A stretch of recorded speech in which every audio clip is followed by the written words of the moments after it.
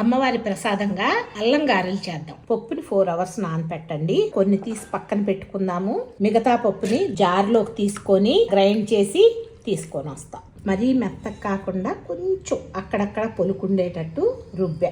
మినపప్పు, కరివేపాకు, తురిమి పెట్టుకున్న అల్లం, జీలకర్ర, తగినంత ఉప్పు, మిరియాలు ఇలా కచ్చపచ్చగా దంచండి. మిరియాలని కొంచెం నీళ్లు పోసి, నేను గట్టిగా రుబ్బాను కాబట్టి.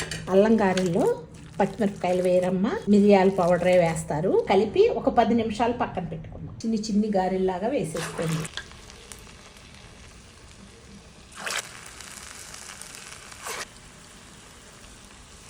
తిప్పుకుంటూ వేయించేయండి.